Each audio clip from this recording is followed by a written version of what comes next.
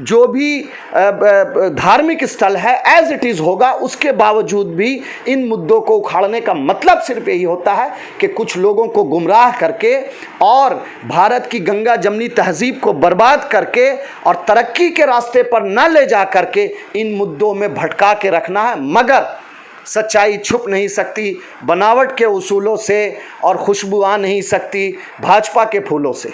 लेकिन भला ही भाजपा आरएसएस इस देश को जितना तोड़ना चाहे ये देश नहीं टूट सकता। बांट दिया इस धरती को, इन चांद सितारों का क्या होगा, और नदियों के कुछ नाम रखे, इन बहती धारों का क्या होगा। आप इस देश को बांट ही नहीं सकते। बांट दिया इस धरती को, इन चांद सितारों का क्या होगा, और नदियों के कुछ नाम रखे, इन बहती धारों का क्या होगा। शिव की गंगा भी पानी है, आबे जमजम भी पानी है, मुल्ला भी पिए पंडित भी पिए, बताओ पानी का मज़हब क्या होगा। ये देश इन बातों पे चल रहा है।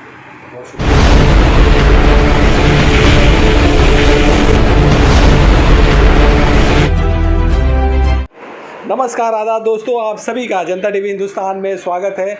मैं इस वक्त मरकज़ी कोलकाता में हूँ और हमारे साथ यूथ कांग्रेस के वाइस प्रेसिडेंट शादाब सिद्दीकी साहब हैं। और आप जैसा कि जानते हैं कि मुल्क में क्या चल रहा है किसी से छिपा हुआ नहीं है। इसी सिलसिले में हम बात करेंगे। ज्ञानवापी मस्जिद अभी सुर्खी में है और उसे वही हेडलाइन चल रहा है, इसी पर हम जानेंगे। और कांग्रेस का इस पर क्या मौक़िफ़ है इस पर भी हम जानेंगे। शादाब साहब, ये बताइए कि आपने देखा है कि लगातार कई दिनों से कोर्ट भी इसमें इन्वॉल्व में है, सुप्रीम कोर्ट से लेके स्टेट के जो कोर्ट्स हैं वो सभी इसमें लगे हुए हैं। और ज्ञानवापी में एक जगह कहा जा रहा है कि वहाँ कभी फव्वारा हुआ करता था, उसको शिवलिंग कहा गया है और उसको कोर्ट ने भी सीज़ कर दिया एक तरह से, और वहाँ मना कर दिया कोई नहीं जाएगा। आपका इसके बारे में क्या कहना है? सबसे पहले मैं पूरे देशवासियों का तहे दिल से शुक्रिया अदा करूँगा और आपका भी कि आप इस मौजू पर बात करने के लिए हमारे ऑफिस तक आएँ। आप सबका बहुत बहुत शुक्रिया इसलिए कि इस देश में इन मुद्दों को लेकर जिस तरह से भाजपा और उनके लोग, आरएसएस के लोग देश में जो माहौल पैदा करना चाह रहे हैं उसका एक ख़ास वजह है। वजह ये है कि जिन बातों को लेकर भाजपा इस देश पर शासन करने आई 2014 में 100% उन बातों पर वो फेल है। इसीलिए उनके मदर ऑर्गेनाइजेशन और सिस्टर ऑर्गेनाइजेशन इन बातों को छुपाने के लिए नए नए मुद्दे उखाड़ते हैं। गड़े हुए मुद्दों को ये उखाड़ने की कोशिश करते हैं और देश में जो असल मुद्दा है, जो आज उस पे बात होनी चाहिए थी, उन पे बात ना हो, इस वजह से ये नए मुद्दे खड़े किए जा रहे हैं। और नए मुद्दों के समुंदर में जो मुद्दा बेचा है, जिससे न इस देश का फ़ायदा होगा और न देश के नौजवानों, युवाओं, बेरोज़गारों को फ़ायदा होगा, उनको इस समुंदर में डुबाने के लिए इन मुद्दों को खड़ा किया जा रहा है। मगर हम समझते हैं, हम बहुत उम्मीद से इस बात को कह सकते हैं कि इस मुल्क ने कई हालात देखे हैं और जब भी हालात बिगड़े हैं, ऐसे फासिस्ट सरकार मुल्क पर काबिज हो करके मुल्क को भटकाना चाहते हैं, मुल्क के लोगों को भटकाना चाहते हैं असल मुद्दे से, खुद आवाम खड़े होकर के जवाब देने के लिए तैयार होती है। और मैं ये बात बहुत साफ कर देना चाहता हूँ कि कांग्रेस पार्टी के कार्यकर्ता के नाते मैं इस बात को पूरे ज़ोर से कह सकता हूँ कि एक वक्त ये था कि भारत छोड़ो नाम एक आंदोलन किया गया था, जिसमें फिरंगियों को कांग्रेस पार्टी ने इस देश के लोगों को साथ लेकर इस देश से फिरंगियों को भगाया था। आज भारत जोड़ो का एक मामला हमारे सामने है। इस भारत को हमेशा जुड़े रखना होगा और जोड़ने के लिए कांग्रेस का एक एक कार्यकर्ता कार्यबद्ध है। ये कहा जा रहा है, बहुत से लोग इस ज़बान में सुनने को मिल रहा है कि भारत जो है श्रीलंका के रास्ते पे चल पड़ा है। क्या आपको सचमुच ऐसा लग रहा है कि श्रीलंका जैसे हालत हो गई है? कम से कम मरे हुए मुद्दों को उखाड़ने के वजह से तो हम ये साफ कह सकते हैं कि ये लोग हर मुहाज पर विफल हैं, कोई भी काम इनसे नहीं हो पाया। इस वजह से आज ऐसे मुद्दे खड़े किए जा रहे हैं ताकि आने वाला दिन में जो रिसेशन हो सकता है देश में, महंगाई के मार से हम लोग ऑलरेडी जूझ रहे हैं, 9 लाख परिवार, सिर्फ 9 लाख परिवार ऐसे हैं जिन्होंने सिर्फ, माफ़ करिएगा, 90 लाख परिवार ऐसे हैं जो उज्ज्वला योजना में एक बार सिलेंडर लेने के बाद दूसरा बार उसको रिफ़िल नहीं करा पा रहे हैं। महंगाई इस चरम सीमा पर है। तो आपको क्या लगता है, आप ऐसे क्यों दावा कर सकते हैं, जबकि आप देखा जाए कि अभी भी लोग जो है भाजपा ही को चाह रहे हैं। अभी हाल में चुनाव हुआ यूपी का, आपने देखा रिजल्ट क्या हुआ, 2024 का सामने चुनाव वाला है, ये भी आप देखिए, तो लोग उनके साथ हैं। आप कैसे कह रहे हैं कि सरकार, यही तो मैनेजमेंट है भाजपा का, इसी को तो इलेक्शन मैनेजमेंट कहते हैं कि भाजपा ने किया कुछ नहीं। आपने देखा होगा, बैक हिस्ट्री जाइए 2013, 12 और 14 के शुरुआत तक के, जिस तरह से कांग्रेस पार्टी को बदनाम किया गया। खुद जो पिटिशनर था 2G स्कैम में, कोलगेट में, वो खुद मनमोहन सिंह का नाम दिया गया था और उसमें खुद वो साबित हुआ कि मनमोहन सिंह क्लीन चिट वहाँ से निकले। CBI ने खुद ये क्लीन चिट दिया है। तो इन मुद्दों को खड़ा करके, देश को गुमराह करके, जितना दिन इन्होंने वोट लेना था इस देश के लोगों से ले लिया। और हम पूरे उम्मीद से कहते हैं कि कांग्रेस पार्टी दोबारा पूरे ताकत के साथ खड़े हो रही है और इन मुद्दों पर बात कर रही है। मैं एक बात और आपको साफ कर दूं कि कल ही हमारे प्रेसिडेंट अधीर रंजन चौधरी जी 2:30 बजे दिन में इन्फ्लेशन को लेकर के, महंगाई को लेकर के, बेरोज़गारी को लेकर के एक बड़ा रैली कलकत्ता के राजपथ पर करने जा रहे हैं। हम आपसे अपील करेंगे कि आप भी आके वहाँ कवरेज करें, चूँकि कुछ गोदी मीडिया ऐसे हैं जिनको सिर्फ और सिर्फ नरेंद्र मोदी, अमित शाह और भाजपा का बखान कर नहीं आता। उन्हीं के लिए उनका कंपनी खोला गया और उनसे ही उनकी कंपनी चल रही है। मैं नाम नहीं लेना चाहता हूँ, लेकिन नाम ना लेने के बावजूद भी ऐसे मीडिया नंबर्स पे आ गए हैं हिंदुस्तान की ज़मीन पर, जो इस देश को गुमराह करना चाहते हैं। जबकि मीडिया को चौथा स्तंभ कहा जाता है, उसके बावजूद उनका रोल सही नहीं है। मगर देश के लोग ये देख रहे हैं और आने वाले दिनों में देश के लोग, और ये बात भी उठ रही है कि कांग्रेस पार्टी को ही खड़ा होना पड़ेगा।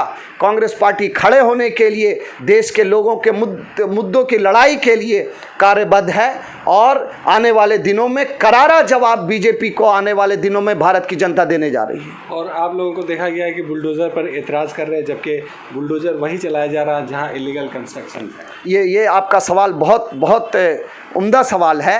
चूँकि खुद सुप्रीम कोर्ट बुलडोज़र के चलाने पे रोक लगाने के बावजूद भी, कोर्ट के ऑर्डर के बावजूद भी, कोर्ट के ऑर्डर को डिले पहुंचाया जाता है। उस दरमियान में कई लोगों का, सैकड़े लोगों का घर और मकान बुलडोज कर दिया जाता है, जबकि सरकार का काम होता है to build the nation, not bulldoze the nation.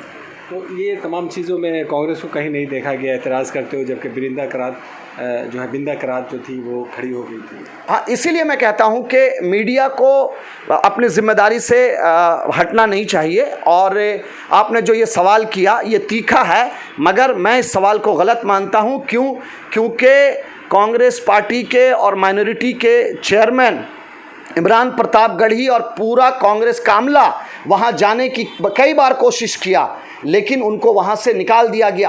आप इस बात से समझ लीजिए कि वहाँ मीडिया को जाने तक का इजाज़त नहीं था, तो हम लोगों को कैसे जाने दिया जाएगा। बृंदा करात गई, हम उनका बहुत साहस का दाग देते हैं, लेकिन कांग्रेस पार्टी किसी भी मुहाज पर कहीं पीछे नहीं है।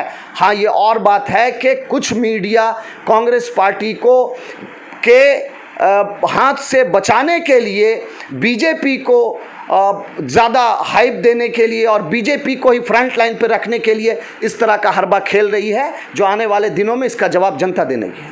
तो आपको लगता है कि ये सरकार के खिलाफ लोग जाएंगे और फिर उनको गद्दी से हटाएंगे, ऐसा क्या लग रहा है? बिल्कुल आपने देखा होगा कि 9 साल में महंगाई सबसे चरम सीमा पर है, 45 साल में सबसे ज़्यादा अभी बेरोज़गारी चरम सीमा पर है। हर प्रोग्राम इनका फेल हो गया है। तभी तो मैं कह रहा हूँ कि आखिर 1991 में कानून पास हो गया कि 1947 के बाद लोग तो उनके साथ हैं। आप क्या कहेंगे, ये लोग पागल हैं जो उनके साथ हैं? बिल्कुल भी नहीं। लोग, भारत का जनता कभी पागल नहीं हो सकता। इस देश के लोगों ने बहुत मुशक्क़त करके जानों की कुर्बानी दे करके, तब धर्म नहीं मज़हब नहीं देखा गया था, मुल्ला पंडित सब एक साथ चलते थे और चल करके इस देश को आज़ाद करने में जो भूमिका सारे लोगों ने निभाया है, आने वाले दिनों में वैसे ही सारे लोग साथ होंगे। देखिए, जब आवाम बदलना चाहती है, और चूँकि इस सरकार में ख़ास चीज़ ये देखा गया है कि जिन लोगों ने भी आवाज़ उठाया, सच्चाई की आवाज़, बेरोज़गारी पे बात करने वाले, या उनका जो जुल्म इस देश के लोगों के साथ हो रहा अंधेरे की तरफ, चूँकि इनके पास अहंकार है और अहंकार इंसान को अंधकार में ले जाता है, इनके चक्कर में देश अंधकार में जाएगा। तो इन मुद्दों पर ये कहा जा सकता है कि बहुत ज़्यादा दिन इन लोगों का ये गुमराह करने वाला मामला और ज़्यादा चलने वाला नहीं है।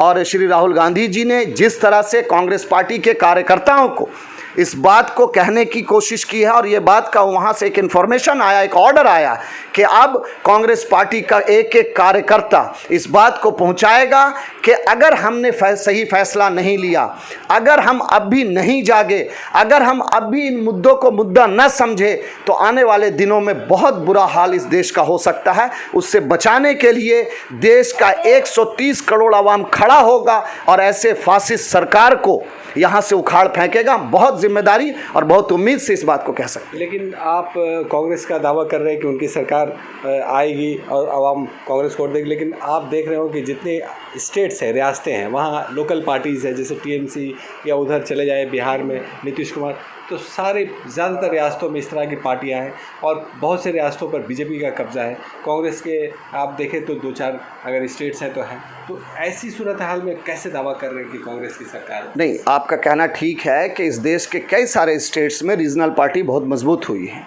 लेकिन आपको ये भी देखना होगा कि उसमें बहुत सारे मजबूत रीजनल पार्टी कांग्रेस के पक्षधर हैं और उनके साथ ही चलना चाहते हैं। जिन लोगों ने भी इस देश के लिए कुर्बानी दिया है, वो देश पे जिनका सबसे बड़ा कुर्बानी है, उनके साथ ही चलना चाहते हैं। इस बात से हम ये उम्मीद कर सकते हैं कि आने वाले दिनों में बहुत सारे क्षेत्रीय दल कांग्रेस पार्टी के साथ खड़े होंगे, यूपीए के साथ खड़े होंगे, और खड़े होने का रिजल्ट ये होगा कि ऐसे लोगों को इस दिल्ली के सत्ता से उखाड़ फेंकने में हम कामयाब होंगे। चूँकि भाजपा सिर्फ इस देश में हुकूमत करना चाहती है, और क्यों हुकूमत करना चाहती है ये एक समझने वाली बात है। 2013 में जब भाजपा के मीटिंग में ये झगड़ा हुआ कि LK आडवाणी प्रधानमंत्री का चेहरा होगा या नरेंद्र मोदी का ये प्रधानमंत्री का चेहरा होगा, वहाँ पे एक बीच का रास्ता निकाला गया कि जो सबसे ज़्यादा पार्टी के लिए फ़ंड लाएगा और फंड से ही इलेक्शन जीता जाएगा, वही प्रधानमंत्री का चेहरा हुआ, जिसमें वो आगे बढ़ गए नरेंद्र मोदी। मगर देखने वाली बात ये है कि कुछ लोगों को फ़ायदा दिलाने के लिए, अंबानी और अडानी जैसे लोगों को फ़ायदा दिलाने के लिए आज पूरे देश के सामने आया हो गया है कि किस तरह से उनको फ़ायदा पहुंचाने के लिए एयरपोर्ट से लेकर रेलवे स्टेशन से लेकर के दूसरे जो संस्थाएं जिसको बड़ी मेहनत से कांग्रेस पार्टी ने इस देश के और देश के लोगों की भलाई के लिए बनाया था, उनको एक एक करके उनको गिरवी दे दिया जा रहा है, उनके हवाले कर दिया जा रहा है, और वो मनमाना कीमत अदा करने वाले हैं। इसलिए इन बातों को देश ये समझ रही है, और भाजपा तो सिर्फ हुकूमत करने आई है। भाजपा को देश और देश के लोगों और उन्नति और तरक्की और रोजगार से कोई लेना देना नहीं। भाजपा को अगर लेना देना है तो सिर्फ वो जो फासिस्ट उनका जहनियत है उसको इस पे इम्प्लीमेंट करना है। लेकिन डॉक्टर बाबा साहब अम्बेडकर ने जो संविधान बना के जो गए, जिसको सारी दुनिया आज ऊपर लेवल पर मानती है, सारी दुनिया उसको एहतराम करती है, इस कानून को कि यहाँ सर्वधर्म सम्मति के साथ लोग रहते हैं, एकता अनेकता में भी एकता है इस देश में, तो उस बनाए हुए कानून को, संविधान को तोड़ना भाजपा की ताकत की बस की बात नहीं है। इसीलिए मैं कहता हूं कि आने वाले दिनों में बहुत सारे रीजनल पार्टीज जिनके साथ भाजपा ने ईडी और सीबीआई और लगाकर उनके साथ जुल्म किया है, उसके खिलाफ भी आवाज़ है। आम लोग, बहुत सारे पत्रकार जो सच की आवाज़ उठाने जान के उनकी हत्या तक हुई है, यहाँ तक कि इस देश में ऐसा भी हालात गुजरा है कि सुप्रीम कोर्ट के जज को बाहर आके फरियाद लगाना पड़ता है देश के सामने में। आप समझ सकते हैं इस स्थिति। इसीलिए मैं बहुत आश्वस्त हूँ। हाँ, मेहनत की ज़रूरत है, हम लोग मेहनत के लिए तैयार हैं और कर रहे हैं। ज़मीनी लेवल पे, ज़मीनी स्तर पे जाके लोगों के साथ जुड़ना, बात करना, आज के हालात के साथ उनको अवगत कराना, ये काम हम लोगों ने शुरू कर दिया है, और आने वाले दिनों में ऐसे सरकार को हम लोग ज़रूर उखाड़ फेंकेंगे। जी, बहुत शुक्रिया।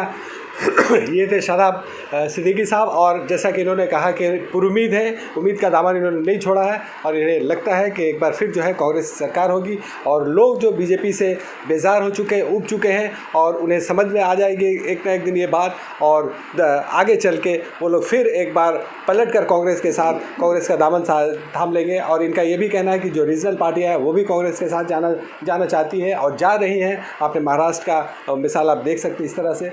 बहुत शुक्रिया सदाब साहब, हमारे साथ बातचीत करने के लिए। दूसरे अपडेट के साथ फिर मिलेंगे, तब तक के लिए धन्यवाद।